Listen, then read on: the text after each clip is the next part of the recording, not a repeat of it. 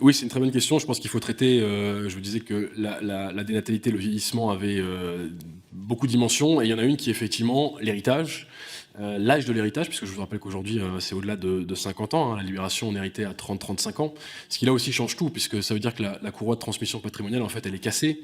Aujourd'hui, on a de plus en plus de retraités qui héritent de retraités. D'où d'ailleurs une concentration du patrimoine chez les plus âgés, puisque je vous rappelle que les plus de 60 ans aujourd'hui, qui font 25% de la population, détiennent 60% du patrimoine immobilier, 60% du patrimoine financier. Ça aussi, c'est des chiffres qu'on n'avait jamais connus. Longévité plus massification, on en arrive là.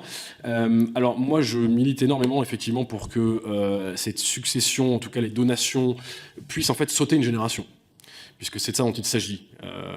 Quand on hérite une fois retraité, on en a peut-être un petit peu moins besoin, et d'un point de vue macroéconomique, les études montrent que en fait, plus le donataire, et donc celui qui reçoit, est jeune, plus vous augmentez la probabilité qu'il crée une boîte, qu'il achète une maison, et c'est pas encore testé, mais il faudrait le faire, voir est-ce que ça aussi influence les préférences de fécondité, est-ce que ça peut influencer les naissances, ça reste à voir. Si on fait ça, sauter une génération, il faut faire sauter un énorme verrou qui s'appelle la réserve héréditaire. Et qui est quand même une disposition du droit français qui nous vient de la Révolution française, puisque ça a été mis en place pour garantir une égalité totale entre les héritiers en ligne directe, et notamment pour casser la primogéniture mâle.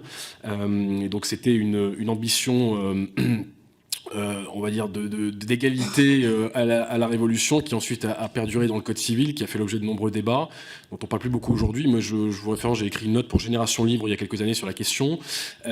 Philosophiquement, ça veut dire qu'il faut laisser la liberté totale au donateur pour que son patrimoine aille vers qui il veut. Ça peut être ses petits-enfants, ça peut être des associations, ça peut être n'importe qui. Le droit anglo-saxon donne la liberté testamentaire totale, hein. C'est d'ailleurs pour ça que vous avez des milliardaires comme Warren Buffett, par exemple, qui peuvent dire que 95% de leur richesse n'ira pas à leurs enfants. En France, c'est interdit par la loi, hein.